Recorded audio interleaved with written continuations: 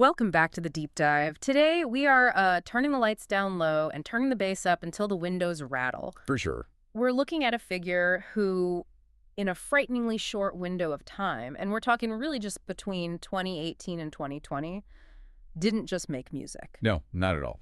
He completely redefined the sound of New York City. We are talking about Bashar Barakah Jackson, but you know him, the world will always know him, as Pop Smoke. Yeah, this is a heavy one today. It's heavy because of the tragedy, obviously a rising star cut down at just 20 years old. Just 20. It's unbelievable. But it's also heavy because of the sheer weight of the cultural shift he instigated. You know, sometimes artists change the game over a decade. They chip away at the statue until it looks different. Right, a slow evolution. Pop Smoke took a sledgehammer to it in about 14 months. That timeline is what I want us to really obsess over today. 14 months. That is barely enough time to learn a new language, let alone create a whole new subgenre of music. And that's really the mission of this deep dive. We have to acknowledge the tragedy, and we will get into the details of that night in the Hollywood Hills, especially with some, pretty significant legal updates from 2025 that bring some closure. A lot of people might not even be aware of those updates. Right. But if we only look at this as a true crime story, we are missing the bigger picture. We need to look at the mechanics of this cultural phenomenon known as Brooklyn drill. We want to understand how. How does a kid from Canarsie go from playing drums in a church to having 50 Cent executive produce his album all in the blink of an eye? And to do that justice, we're pulling from a massive stack of sources today. We've got biographical records, discography notes, some very dense legal filings regarding his arrest and the murder trial itself. And we also have the chart data, which details a posthumous success that is, frankly, unprecedented in hip-hop history. It's just off the charts. So let's set the scene before we get into the biography.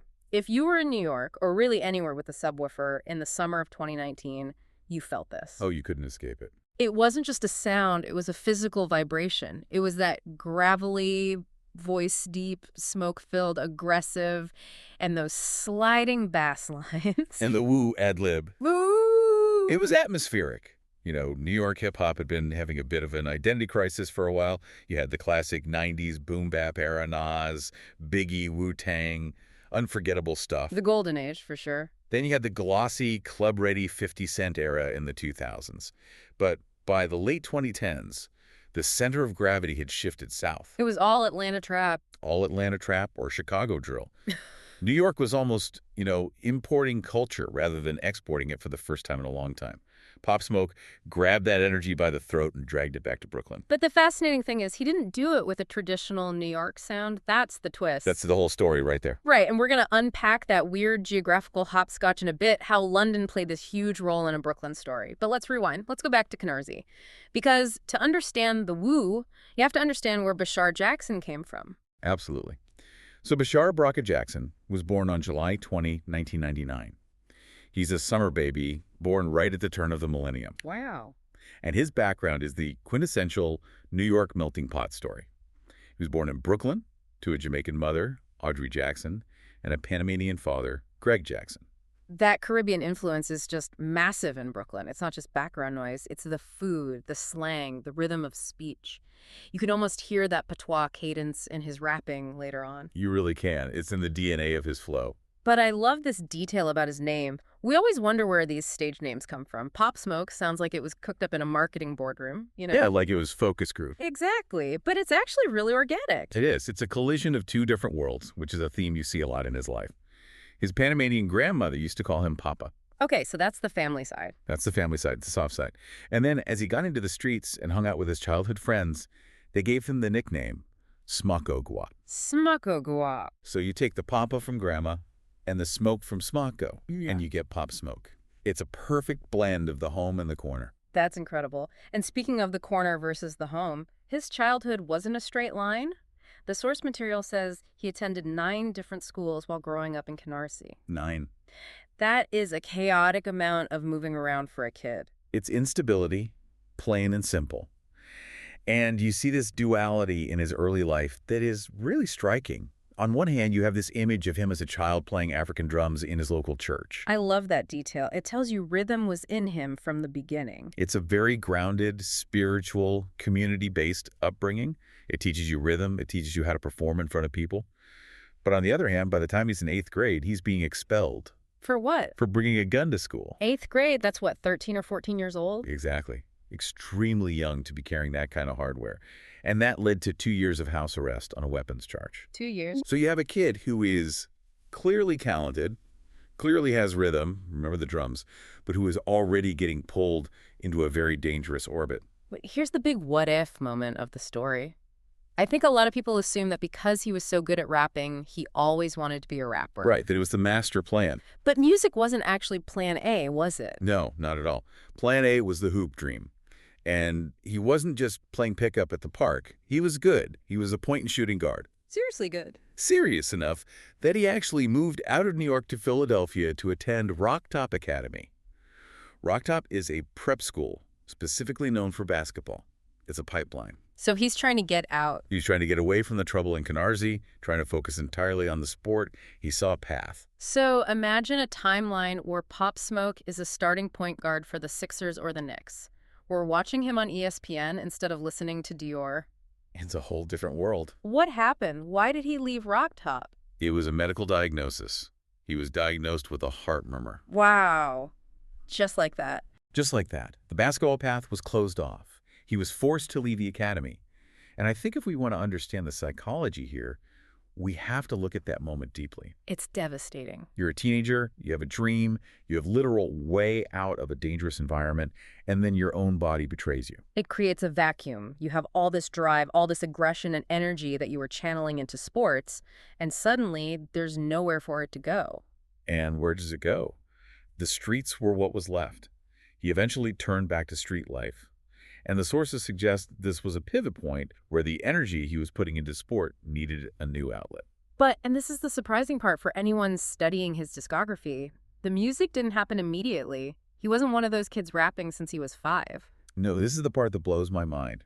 He didn't start rapping seriously until 2018. 2018, that's barely 2 years before he died. It's incredibly rare. Usually you see years of bad mixtapes, years of finding a voice on SoundCloud. Pop Smoke seemed to arrive fully formed. So what was the spark? What happened in 2018? The story goes that he was visiting a Brooklyn recording studio with a friend, another rapper, named Jay Guapo. Okay. Pop wasn't even there to record, really. He was just hanging out. But Jay Guapo got too high and fell asleep.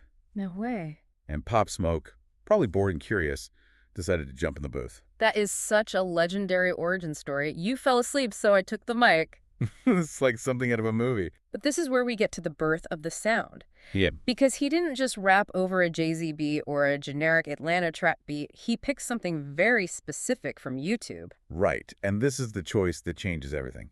He rapped over a beat he found on YouTube, produced by a guy named 808 Mello. 808 Mello. And this is the technical shift. 808 Mello isn't from Brooklyn or Atlanta. He's a UK producer. From London. At this time, the UK drill scene artists like Skepta, groups like 67, they were making this very specific type of dark, minimal music. Okay, I want to pause and unpack drill for the listener who might hear the term but not know the mechanics. We know drill started in Chicago, right? Chief Keef, Lil Durk, that whole 2011-2012 era. That's the first wave. Chicago drill was very aggressive, very violent. Lyrically, drill is slang for shooting, but musically it was often chaotic. It had high tempo, rattling hi-hats, very trap influenced. Okay, so that's the Chicago sound. What happened when it crossed the ocean? When that sound migrated to the UK, the British producers changed it. They stripped it down, they made it ghostlier, they almost made it more menacing. What specifically did they change in the production? What should you be listening for? The key difference is the bass. In UK drill, they use these sliding, wobbling 8/88 bass lines that sound like a distorted sine wave. If you listen closely to a Pop Smoke track, listen to how the bass doesn't just hit on one note. It moves. It moves. It slides up and down in pitch. It creates this woozy, unsettling feeling, and they made the hi-hat patterns more jittery, more syncopated, less straightforward than trap. It became moodier, and almost like horror movie music. And Pop Smoke, sitting in a studio in Brooklyn, hears this UK sound and realizes, what? This fits my voice. This is me. Exactly. American drill artists weren't really using those UK beats yet. It was seen as a London thing. Pop Smoke took that UK production style, specifically 808 Mello's beats, and put his Brooklyn flow on top of it. But his flow was totally different from the British guys. Completely different. The British rappers are often fast and skittery. His was deep, gravelly, and had that Caribbean-inflected swagger. That fusion UK beats plus Brooklyn voice. That is what we now call Brooklyn drill. He created a hybrid genre. He created it in that moment. It's like he was the missing instrument that those beats were waiting for. The track he recorded that day became MPR, Panic Part 3 Remix. And it started to bubble. It did. Yeah. Not long after, in January 2019, he drops Flexin', but then comes April 2019, the song that changed the atmosphere.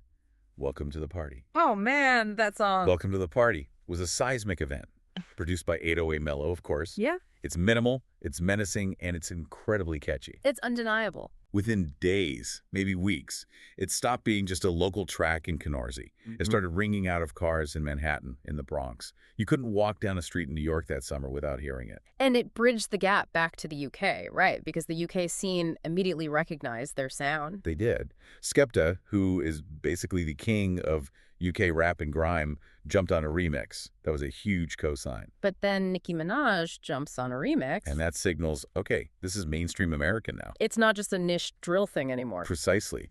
You had the king of UK rap and the queen of US rap, both anointing this kid who had been rapping for, 6 or 7 months. It's the definition of a meteoric rise. It validated the sound on both sides of the Atlantic instantly. And the industry noticed fast. We're not talking about a slow courting process where A&Rs are watching him for a year. No, they pounced. Rico Beats, a well-known producer who knew pop, introduced him to Stephen Victor. And Stephen Victor is a heavy hitter. He worked with Pusha T. He was an executive at Universal. A serious player. So the connection was made. And in April 2019, the same month, Welcome to the Party drops Pop Smoke signs to Victor, Victor Worldwide, and Republic Records. Let's just pause on that timeline. First time rapping in a booth in 2018. Major label deal by April 2019. That is lightning speed. It's unheard of. It usually takes artists years to get that kind of paperwork. So what was it? What did they see? It speaks to the charisma. Stephen Victor has said in interviews that he saw it immediately. This wasn't just a rapper. This was a star. The look, the voice, the energy. Pop Smoke walked into a room and the temperature changed. You just can't manufacture that. So now we're in the summer of 2019. He releases his debut mixtape, Meet the Woo. And this is where he really starts building the discography. It wasn't just a one-hit wonder situation. No, he proved he had staying power. Meet the Woo dropped in July.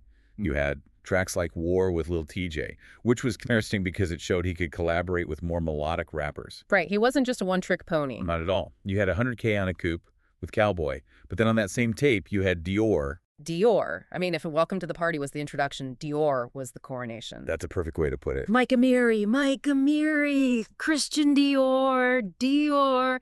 It became an anthem for everything. Why did that specific track resonate so hard? Well, Dior is interesting because it's a fashion flex, which is a staple of hip-hop, but it's done with such aggression and such a low-key menace. It made high fashion feel tough. And musically, it's just infectious. It's the 808 slides. It's that bass line. It was a slow burn that just never went out. It was on the first mixtape, but it kept growing and growing. It actually became his first posthumous solo hit later on because people just kept playing it. It had legs. It had serious legs. It resonated globally because it was aspirational but grounded in that gritty sound. And by the end of 2019, he's not just a Brooklyn phenomenon anymore. He is getting invited to the biggest tables in hip-hop. He shows up on the Jack Boys compilation album. That's the Travis Scott connection. Being on the song Gaddy with Travis Scott is a massive stamp of approval. Travis Scott is one of the biggest curators in the world. So that put him on a whole new stage. A global stage. That track came out in December 2019, and it gave Pop Smoke his very first Billboard Hot 100 appearance. He was breaking into the national mainstream. He wasn't just a drill rapper anymore. He was a hip-hop artist, period. So we roll into early 2020. The momentum is insane. It's just building and building. He drops Meet the Woo 2 on February 7, 2020. And this project was huge. It debuted at number 7 on the Billboard 200. That's his first top 10 project. He has Quavo on there, a Boogie With Da hoodie, Fivio Foreign. He is solidifying his place as the leader of the new school in New York. And he was getting ready to hit the road. He was about to physically take this to the people. Right. He was teasing the Meet the Woo tour. It was scheduled to start in the U.S. in March and end in the U.K. in April. He's about to take this local sound global in a physical way. He was going to bring Brooklyn to London. It felt like the coronation was complete. Like, this is the guy now. It really did. But as we know, there were shadows creeping in. And this is where the story gets complicated. Because while the music was skyrocketing, the legal issues were starting to pile up.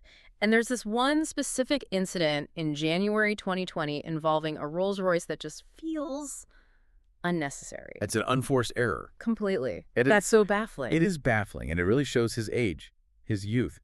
So, on January 17th, 2020, Pop Smoke is returning from Paris Fashion Week again, showing his status as a fashion icon. He's at the top of his game. And he lands at JFK Airport. And he gets arrested by federal authorities. The charge is interstate transportation of a stolen vehicle. Grand theft auto. For a Rolls-Royce Wraith, this is not a subtle car. Not at all. It's a $375,000 car. The narrative from the legal filings is that he borrowed it in California for a music video. Okay, that happens all the time. Right.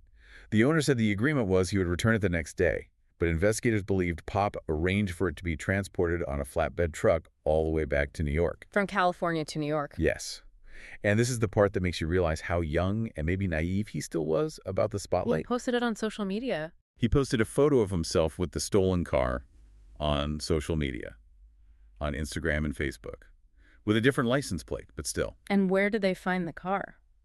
It was recovered at his mother's house in Canarsie. Oh, man. It wasn't exactly a sophisticated heist. It feels like a kid showing off a toy he wasn't supposed to keep.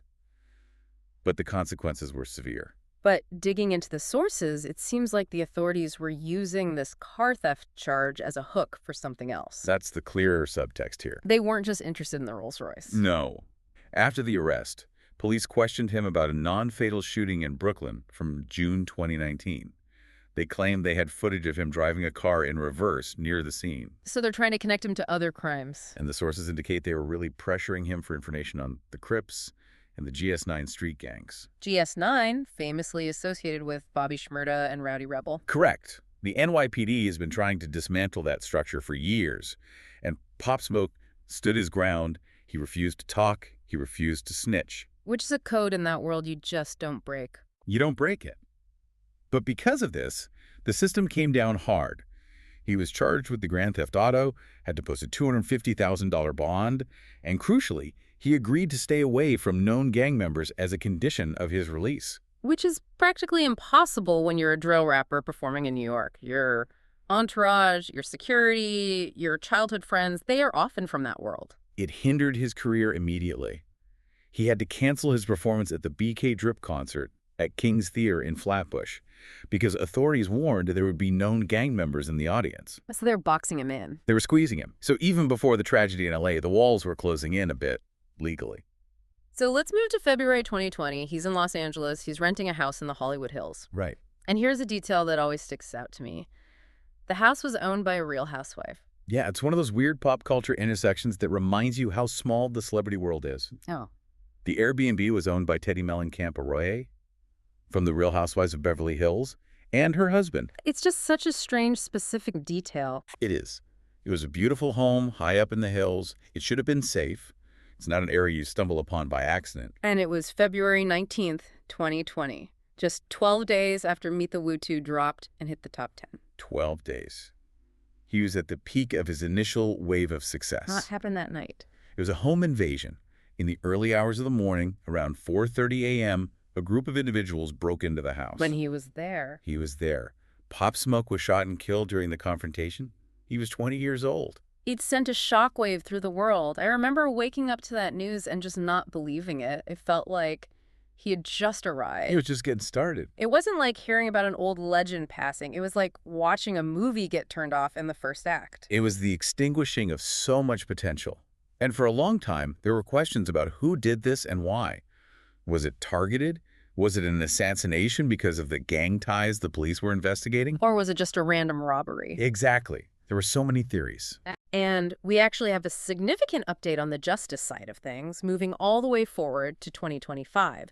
This provides the context we were missing for years. Yes. The legal proceedings took a very long time, as they often do in complex cases. But according to our sources, on February 21st, 2025, there was finally a conclusion for the adult defendant. A man named Corey Walker was sentenced. But how long? To 29 years in prison. He pleaded guilty to voluntary manslaughter and home invasion. So it wasn't a murder charge in the end. It was a plea deal for voluntary manslaughter. Yeah. And there were others involved, right? Younger individuals. Yes, 3 other individuals were involved. Because they were minors at the time, their cases were handled in juvenile court.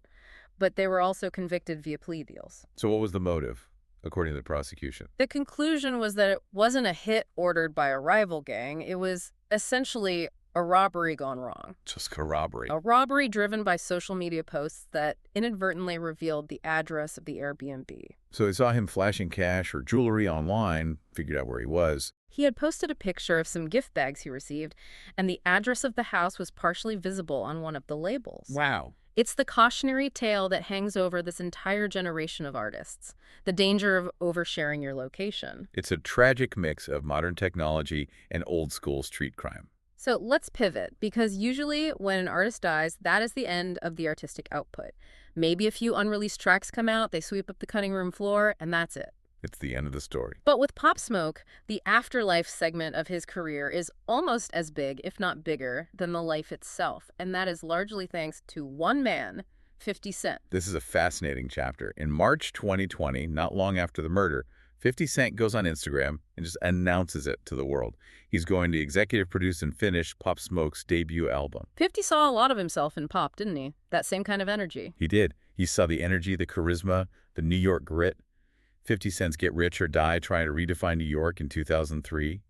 He saw Pop Smoke doing the same thing for 2020. A passing of the torch, in a way. And 50 had a very specific personal motivation. He promised to get Pop's mother to an awards show. That was a goal Pop had, to take his mom to the awards. 50 Cent took that on as a personal mission. He wanted to fulfill that promise. That's powerful. So 50 hits the phones. He calls Drake. He calls Roddy Ricch. He calls Chris Brown. He mobilizes the industry like a general. He curated the album, Shoot for the Stars, Aim for the Moon. But it wasn't without controversy.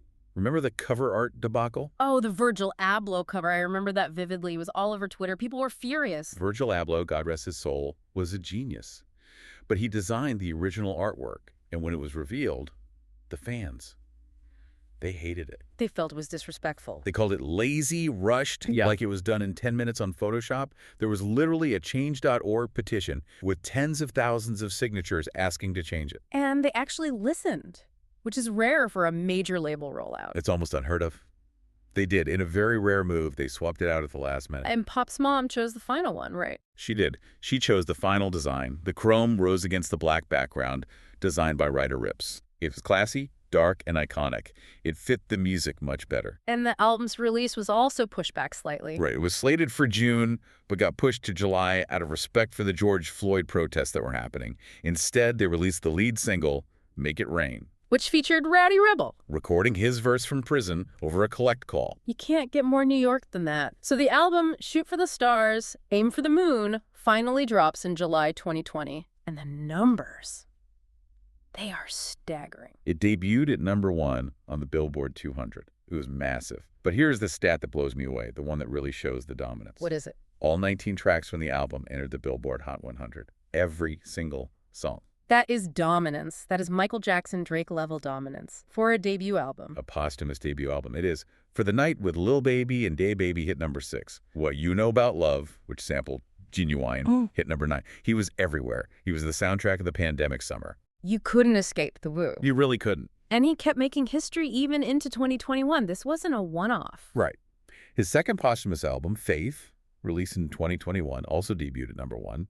That made Pop Smoke the first artist ever to have their first 2 posthumous albums debut at the top of the charts. It's just a level of success that he never got to see. Never. And we even got to see him act. He played Monk in the film Boogie. And he wasn't just like a cameo. He was the main antagonist. He was the rival basketball player, which is so ironic given his own life story. And he was good. He had that natural screen presence. It wasn't forced. It just adds another layer to the tragedy. He could have been a true multi-hyphenate star, rapper, actor, fashion icon. He had the charisma to carry a film. No question. So let's try to synthesize this. We have a kid with a heart murmur from Canarsie who, in under 2 years, connects the UK and US drill scenes, becomes the face of New York rap, dies tragically, and then dominates the charts from the grave.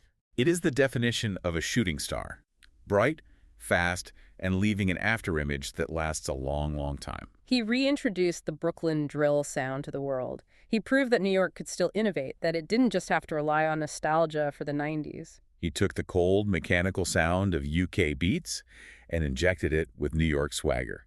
And he gave a voice to a specific feeling, that feeling of being invincible, even when you are vulnerable. You cannot say pop and forget the smoke. Precisely.